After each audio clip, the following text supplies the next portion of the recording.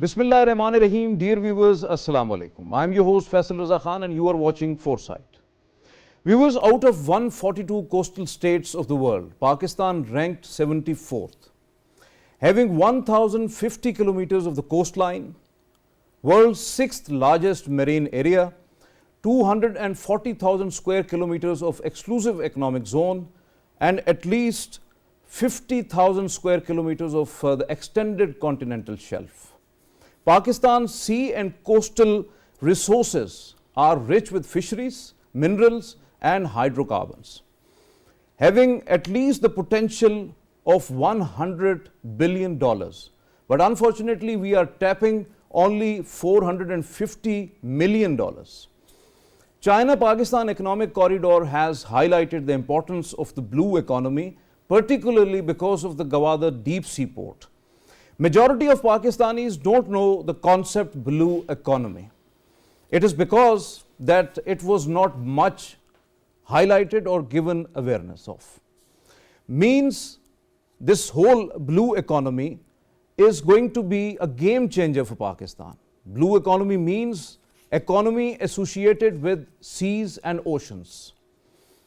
At least 80% of the Pakistanis never experienced their own sea or the coastline adjacent to Sindh and Balochistan. That's why this is very important to give them awareness about their own sea resources, marine resources, along with the coastline, because it is very important, and in a skeleton just like a bone, it is important like a bone. So it means that we have to go on with blue economy. And what are the contours of this important segment? That is basically to put emphasis upon. And to talk on this important subject, we have in our studios Dr. Usman Chohan. He is the senior economist. Most welcome to you, Dr. Usman.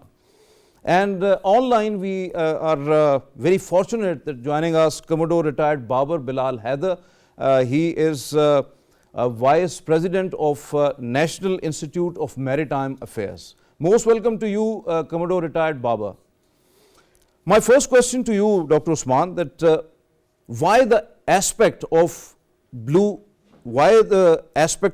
economy largely ignored in our country? And when we are talking about blue economy, as we all know, that lots of reports suggest that at least $100 billion of worth of resources, the potential is available.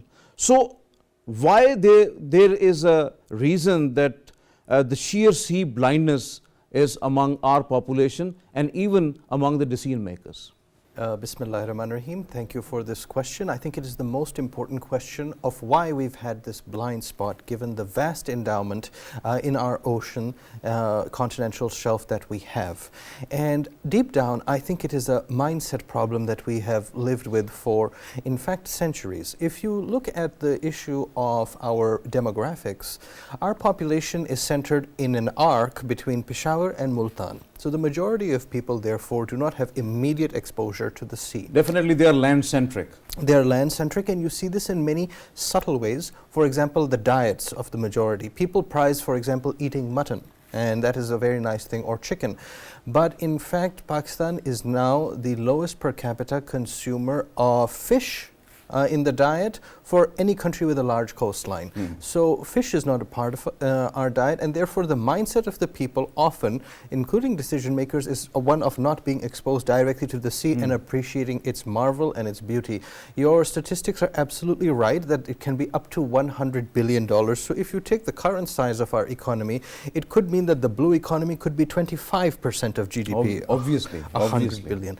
But as you said, it's about, let's say, 400 million. That means that it's 0.1% or 0.2% of the size of our economy. And this is baffling indeed when there is so much of many sectors that could be part of our blue economy. Dr. Usman, when we are talking about the blue economy, it contributes at least $1 billion overall in a scenario which is at least 0.4% of the total gross domestic product. So how do you see, because ample potential Pakistan has and that is not tapped. So, and we are just crying about economy. So whether crying about something is important or we have to take actions on that? Taking action is the most important thing.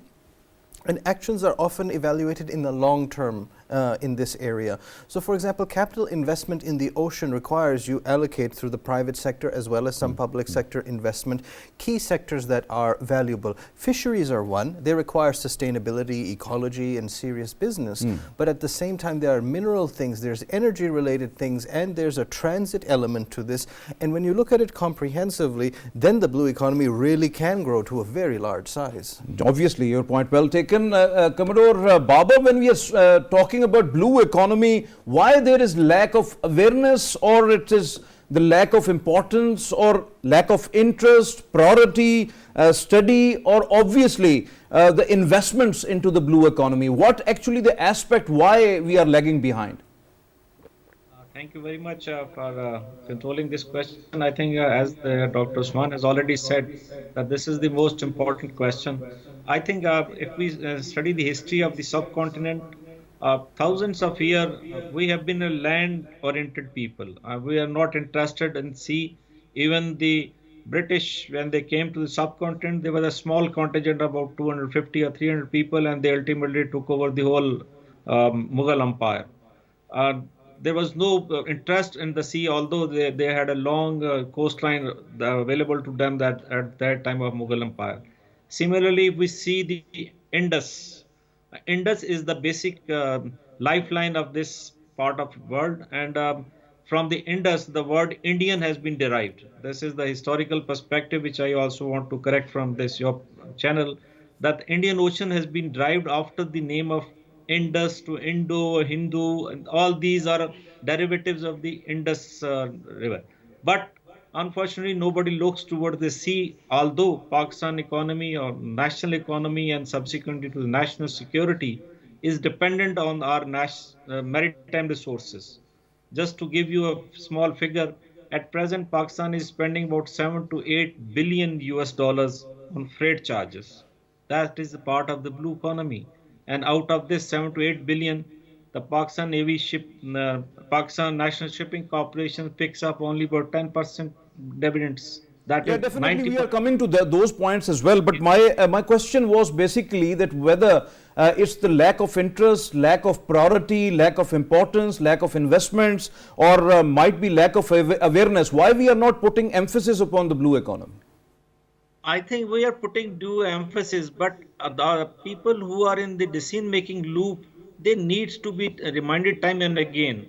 Uh, our efforts from National Institute of Maritime Affairs and like the other think tanks and the academia, they have been writing, they have been contributing, they have been making noise, but still our leadership or policy makers, they need to understand the impact of this sector into national economy and subsequent to national security. Until and unless they understand this, I do not have that clear hope that we will revert the present situation. So when we are talking about this important aspect, what's the reason behind that? Why the high-tech areas like energy, pharmaceutical, and minerals, they are not, especially the oil industries, they are not existing in the blue economy right now, particularly when we are talking about Pakistan's blue economy aspect? They are part of Pakistan's blue economy. Look, Port Qasim is the energy hub. That is part of the blue economy. The shipping sector brings in all your energy needs. Around about 95% or 96% energy needs are met from the foreign sources. They are coming through the ships. So it is the blue economy. That is the question.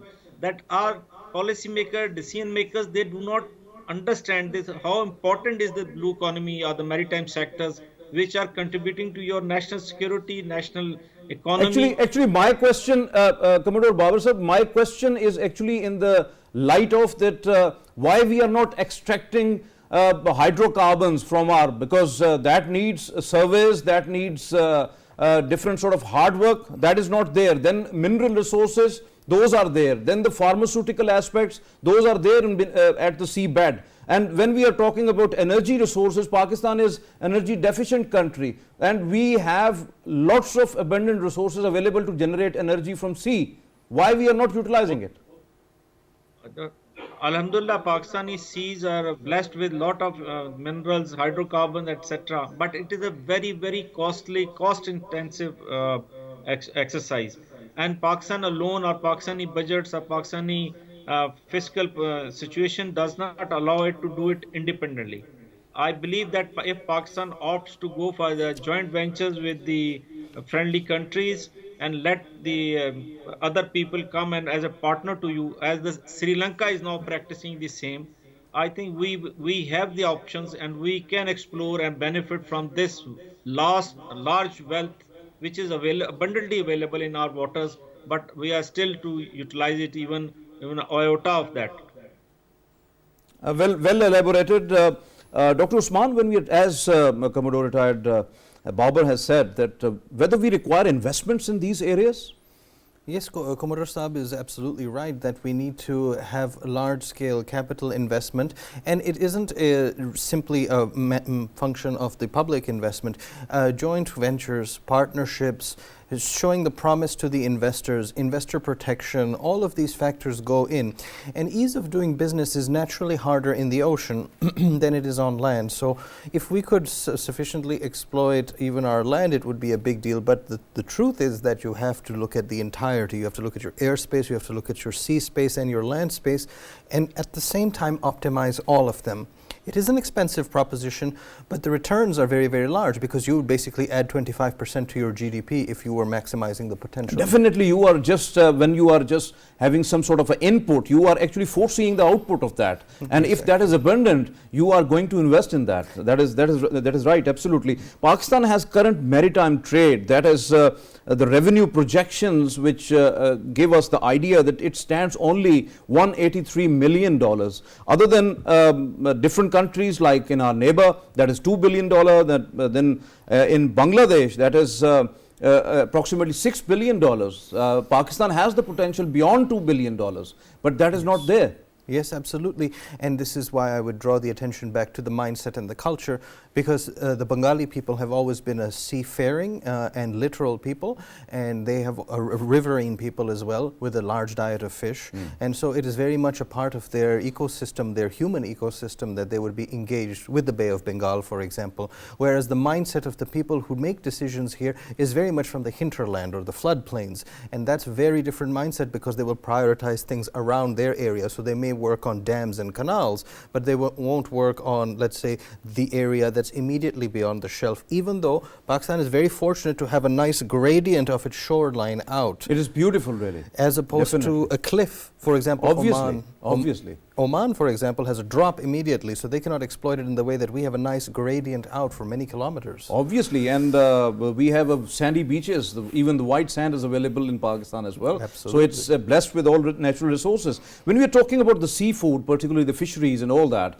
that is only 2% to 0.2% to our GDP. So this is alarming because even then, if we are exporting those, we have phytosanitary issues and all other issues. Even those are very unfortunate conditions even in which the fishermen are working and their trawlers and all others. So how do you see that one? Because Pakistan has a lot of potential to export seafood. Yes, absolutely. And it's not just for the external markets, but also for our domestic consumption. We have to think about the supply chain. Think, for example, how often do you eat fish in the summer living in this city? Not very often. You're cautioned not to do it. Yeah. And there's basically a supply chain issue, that your fish should be stored properly, and there's myths about fish laying eggs. But the truth is that fish lay eggs everywhere. So why do they eat it everywhere else? Yeah, definitely. So we need to think of domestic consumption as well as export when we look at fish consumption. Obviously, your point well taken. Thank you very much, Dr. Usman, for being here in the studio. Commodore retired Babar, when we are talking about policies and the frameworks, there were lots of policies earlier on, that Pakistan merchant marine policy, then we have amended shipping policy, then national maritime policy. Do you have any positive impact these policies have, or any change that we got the positive change into the blue economy, or positive results out of that? These policies provide the incentives. They promise, these are the promises of the government with the maritime stakeholders, that what is to be done, what government is offering them. And until and unless these policies are clear, they give the guidelines what is to be done in a particular sector, like national maritime policy or shipping policy or fishing policy. These are very clear because they set the goals, they ultimately provide the tax incentives, etc. They lure in the future investors in this economy. So they are very critical component of any state organ. And unfortunately, Pakistan, these policies are all 20 years, 25 years old, which is not, at present, they are not suitable for the present environment. And we need to revisit them as early as possible before we want to really utilize the benefits of the blue economy in Pakistan.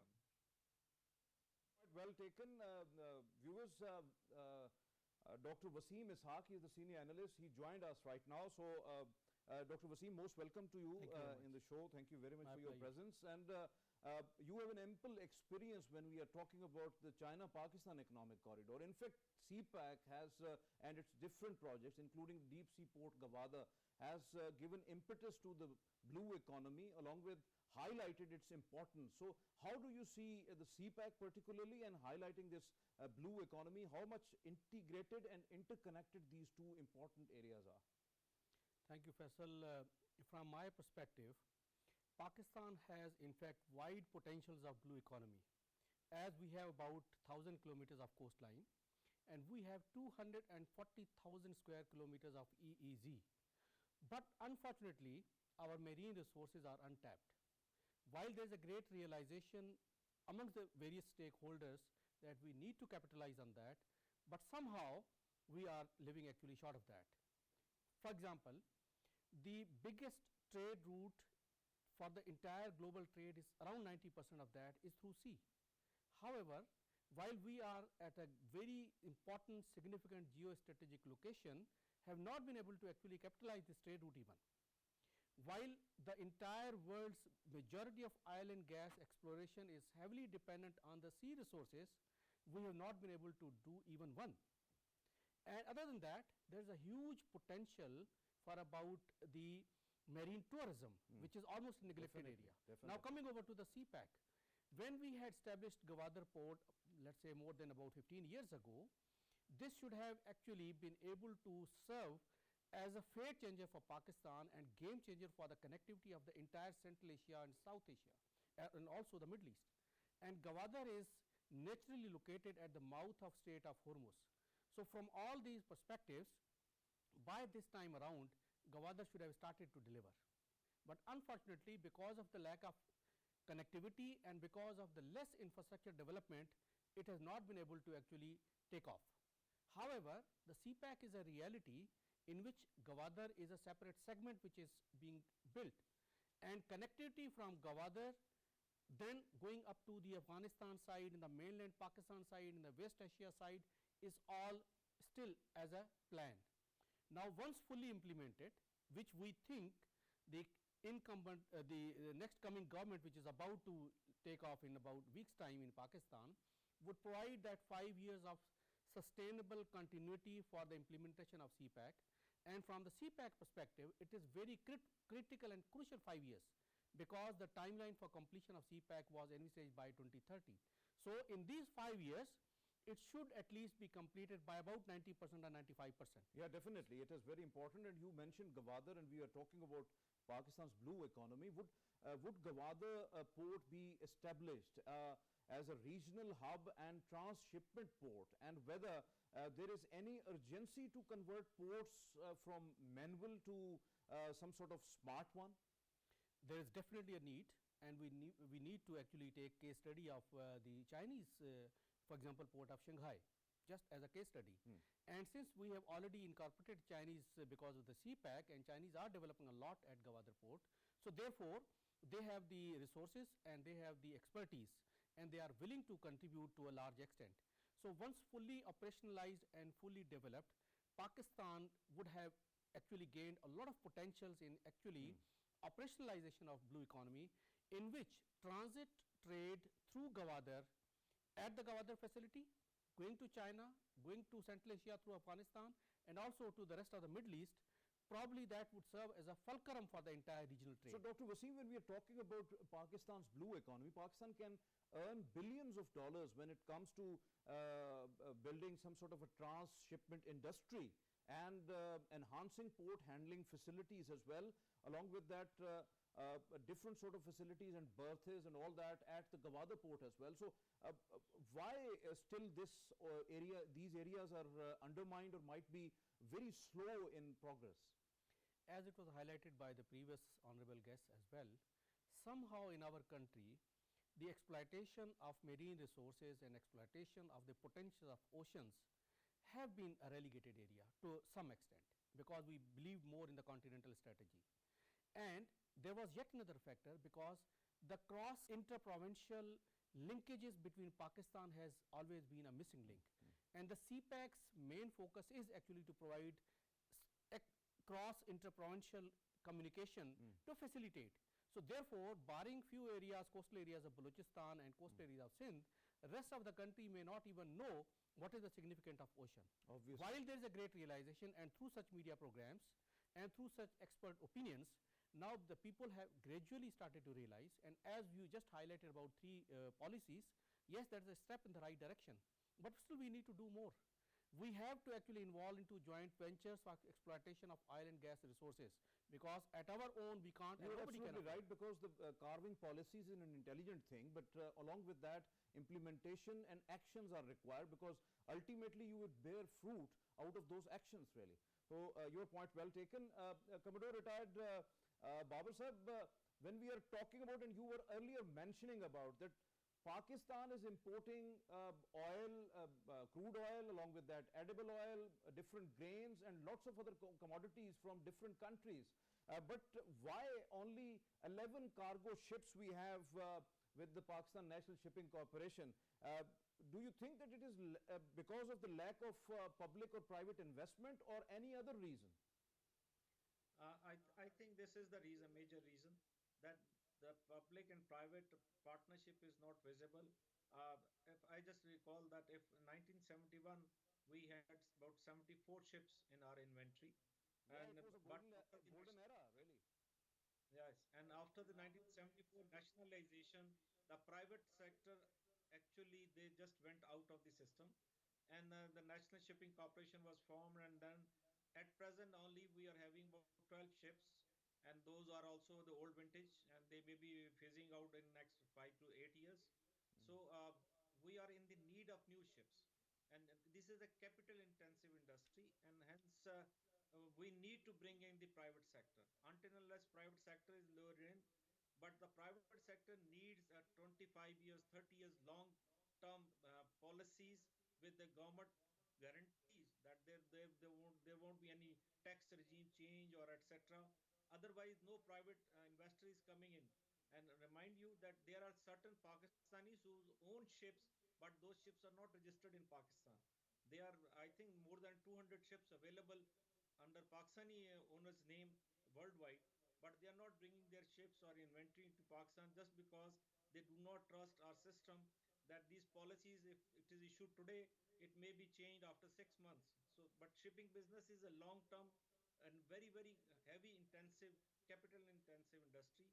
But I think we need to work on our policies and provide the confidence to the investors to come in and put money into this industry. This industry is very good even in the form of profit making, but subject to if you are having a stable environment to work in.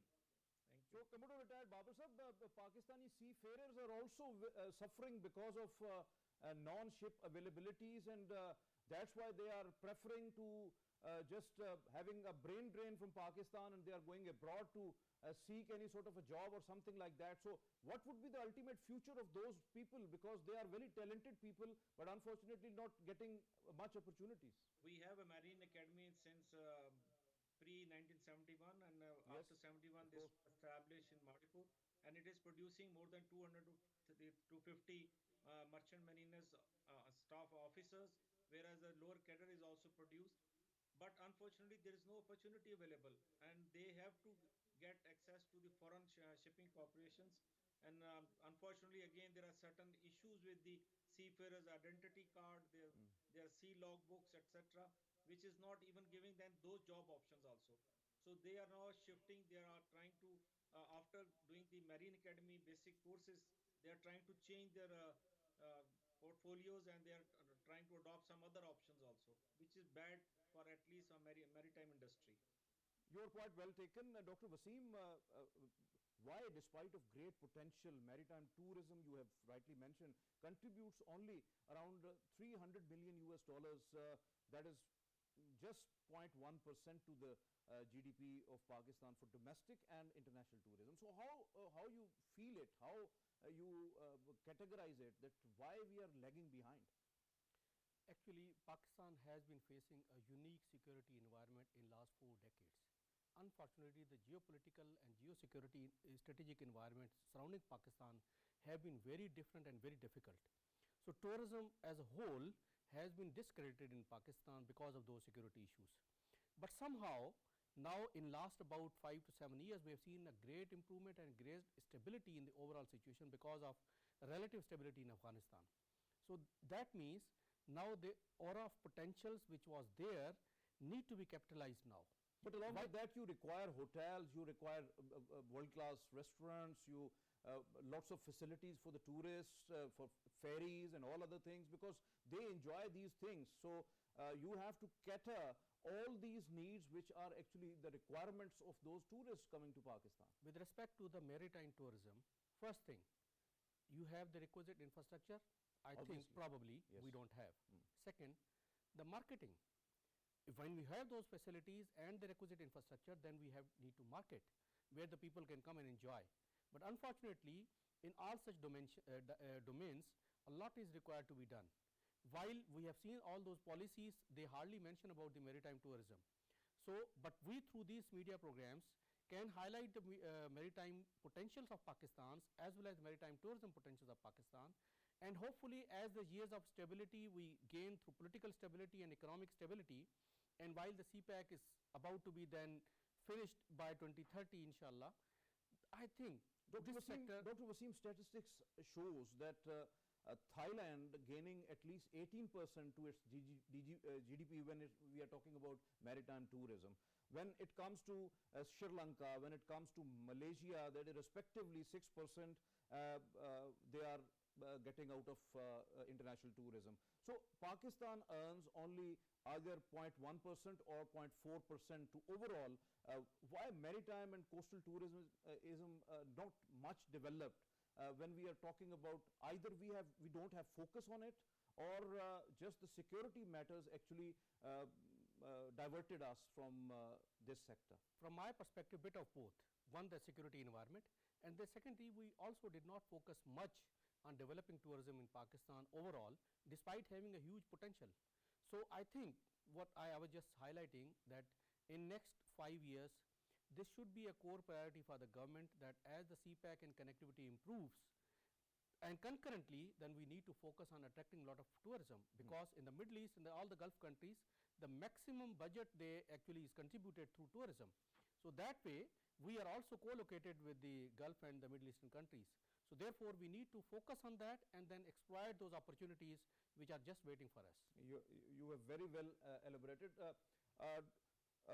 Commodore Sir, when we are talking about particularly some of the sectors which are running, but unfortunately their condition is not much good, when we are talking about shipbreaking industry in Gadani, and there is no other shipbreaking yard or might be facility was developed over the years. Just we have Gadani, other countries like Bangladesh and all others, they crossed at least 150. So how do you see this aspect along with the shipbuilding industry, because we have only one shipyard in Karachi and that is overloaded. So when we are talking about another shipyard about Gwadar, that was envisaged in 2007 and there is no progress afterwards. What do you see that? I think the shipbreaking industry is a very crucial industry for Pakistan. It provides the raw material to the Pakistan's fan industry, sewing machine industry, motors, pipes, cutlery industry, medical instrument industry, housing industry, and especially the girders, etc. are all provided from this. Even our solar panels are using the electric cables coming from the ships. There are about 72 small industry which are dependent on this industry. Unfortunately, this industry has got no patronage from anybody, nor from the federal government, and similarly not from the provincial government. But now things are, I think, coming to improving, as we have already signed the Hong Kong Convention, which is now requisite for getting the new ships for the ship breaking yards, because now it is under international obligation that by next year, middle of next year, we will not be allowed to get any ship which yard is not HKC uh, confirmed. HKC means that the yards are all suitable for the human workload, the labor laws, the health and laws, working condition, environment protection. They are all ensured in the HKC requirements. And Pakistan is also endeavoring to get their yards certified for the HKC. Then we will get this industry improved.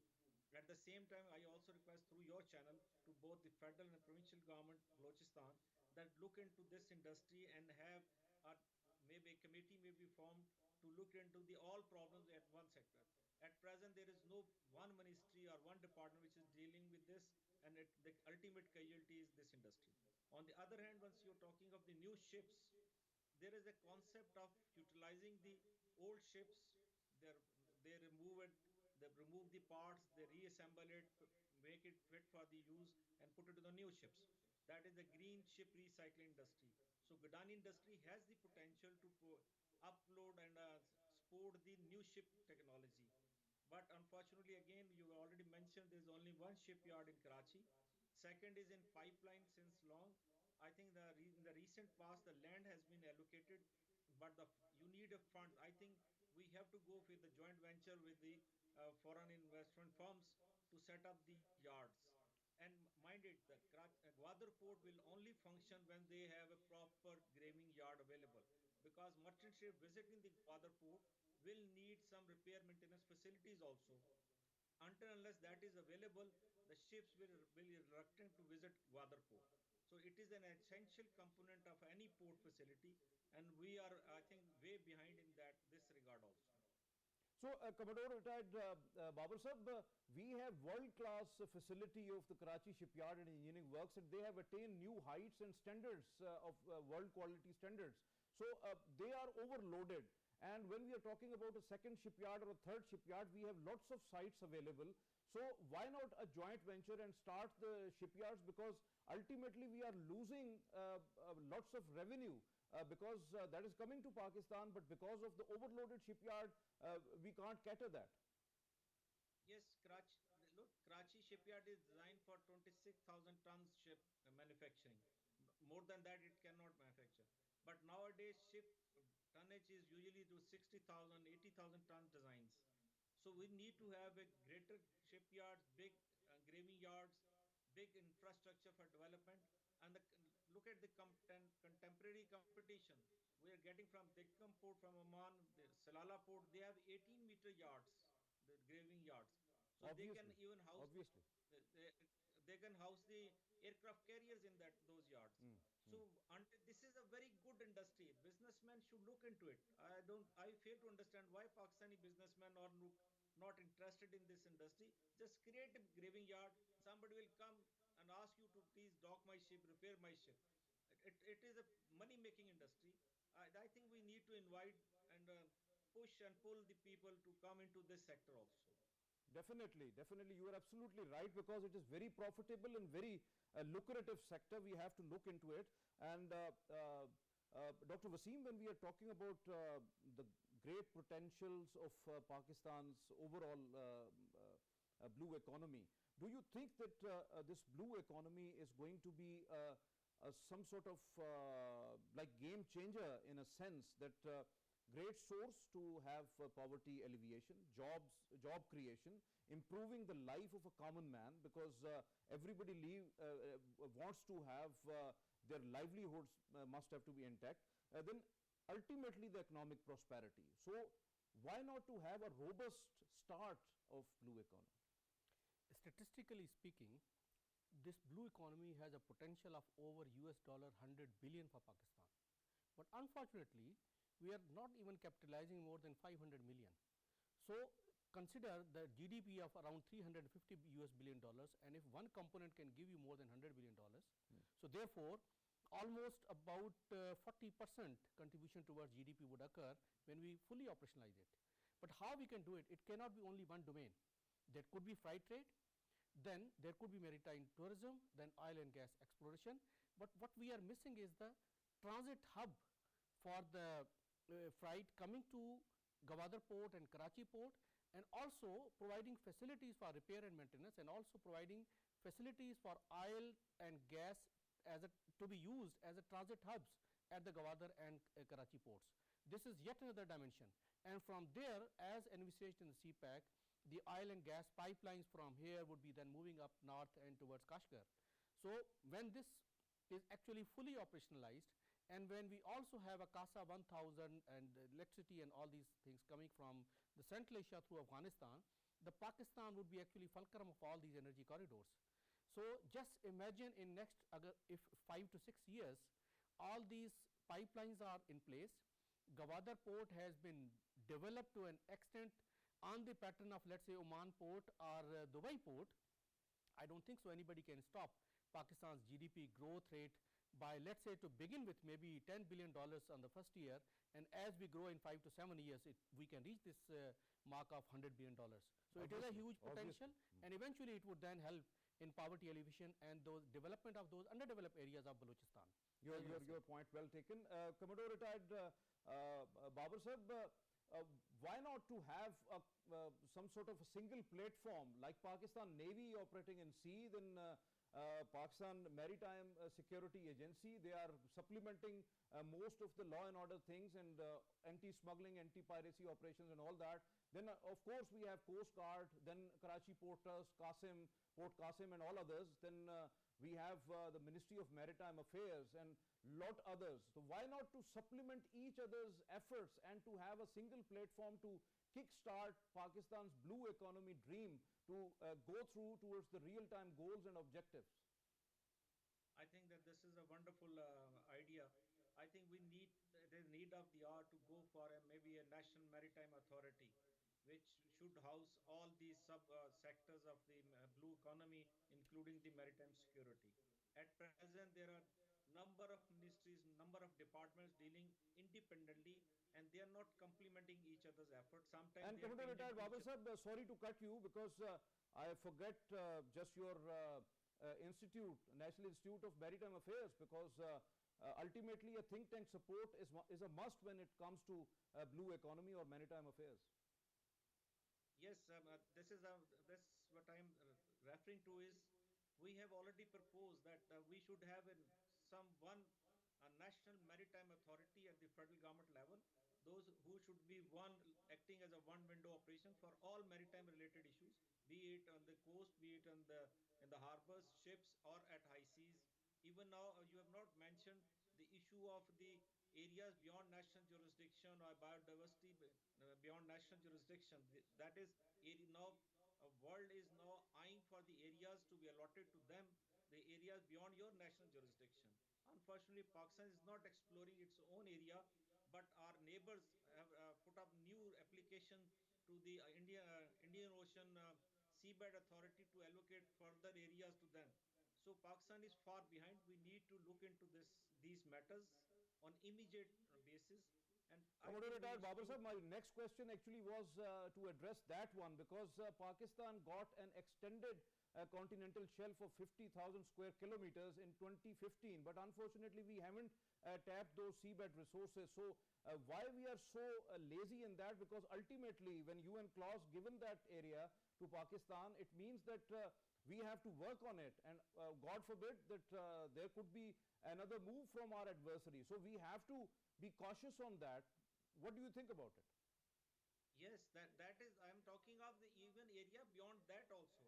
The Obviously. last year there was a landmark agreement agreed between the world maritime nations that areas beyond national jurisdictions that has to be now claimed and explored for their own benefits. So Pakistan is has to first exploit its own area, extended shelf, which is 50,000 square kilometers, and then we have to put claims for the further areas beyond our national jurisdiction. It is high time to look into these sectors. Otherwise, we will be left behind, and time there won't be any sea available to us in the times to come if we are not serious about these issues at present. Yeah, definitely. It is very important. So, Commodore Retired Babar Bilal Haider, thank you very much for your ample time, precious time. Thank you very much for your very elaborative and candid discussion. Dr. Waseem, as Commodore Sahab has said, that it is important that we have to now show some sort of urgency, and we have to go on with the blue economy and whatever we have, because we have lots of resources available at the maritime domain.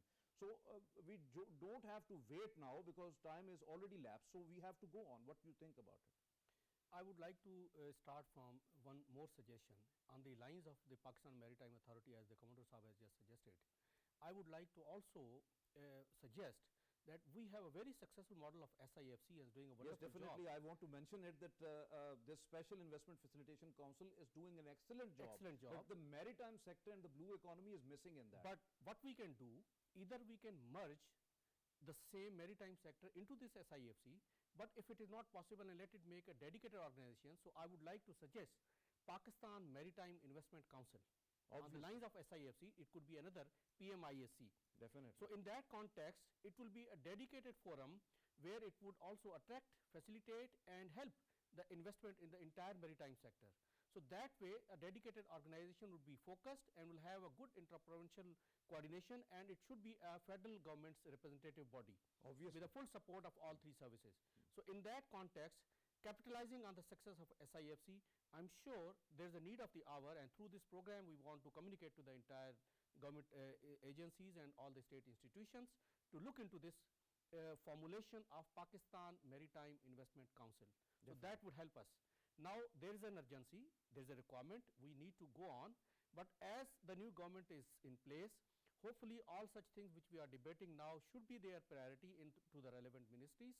And I would say now that we don't have to go in one direction.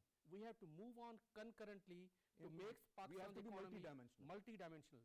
So therefore, the CPAC, political stability, economic stability, diversification of Pakistan's economy, all should be pursued concurrently. And by the end of this new government's tenure, something after 5 years, maybe nearing 2030, which I am just always highlighting, it should be an absolutely different Pakistan from what we are facing today. Definitely, this is our hope, but we have to go on for actions, and we will attain Sure, that. Thank you very much for your presence in the studios. Thank you very much, Dr. Waseem. Viewers, as our panelists suggested that one of the panelists said that it is important that there must have to be a Pakistan Maritime Authority intact, and that must have to be envisaged. Along with that, another panelist said that Pakistan Maritime Investment Council must have to be established so that we can bring foreign investment into the blue economy and implement it, and all the projects which are very important, including the shipbuilding, shipbreaking, fisheries, and even the ecology and environment, maritime tourism, along with the ferries and shipping, and particularly the trade and all that. If we secure all these areas and invest in blue economy, it is going to be Pakistan's dream which is going to become true, and it is obvious that Pakistan has to grow, Pakistan has to attain new heights, and for that matter it is important not only to carve the policies but to implement all those policies, and actions must have to be louder than words. So this is all today's Foresight. It's time to sign off. Allah Hafiz.